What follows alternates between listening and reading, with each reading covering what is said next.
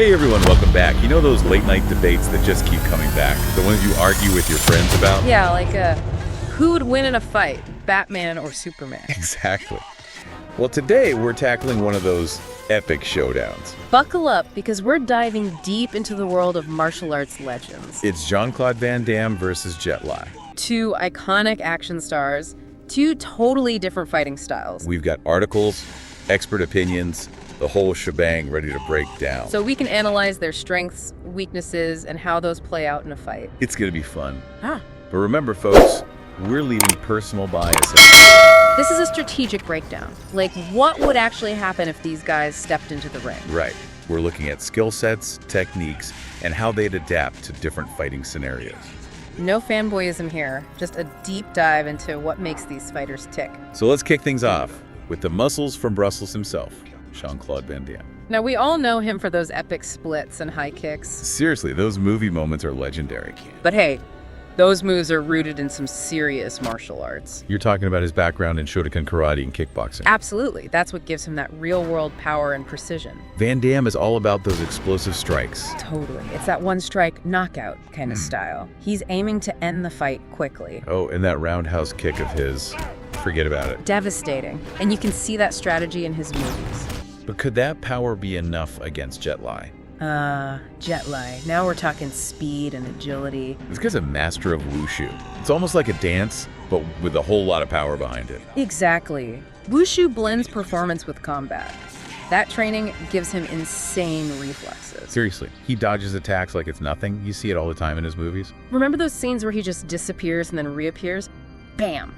Hits you from an angle you'd never expect. It's like he's bending the laws of physics or something. Totally. And that's what makes this matchup so interesting. Because we've got Van Damme's power versus Li's speed. But here's the thing. Our sources say the environment plays a huge role in this fight. It makes sense when you think about it. Like if they're fighting in close quarters, who do you think has the edge? Well, in a tight space, those big, powerful Van Damme moves, they lose some effectiveness. It's harder to wind up those kicks or create that space for a knockout blow. Right.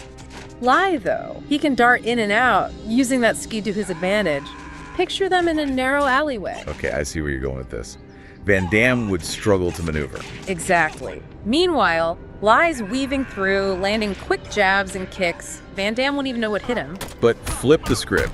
Give Van Damme some open space, and that power becomes a game changer. Yeah, that's where those long-range kicks come in. Think of an open field. Now Van Damme can control the distance. Exactly. Li's got to get close to land a hit. And with those powerful legs, Van Damme could keep him at bay. But hey, Li's not just going to stand there and take it. True. He's still got that incredible footwork. He could use that speed to close the distance. So it really could go either way. Right. It all depends on how they adapt and use their strengths to their advantage. It's power versus speed, long range versus close combat. A real clash of styles. And that's why this debate never gets old. Exactly. We've got a real nail-biter on our hands.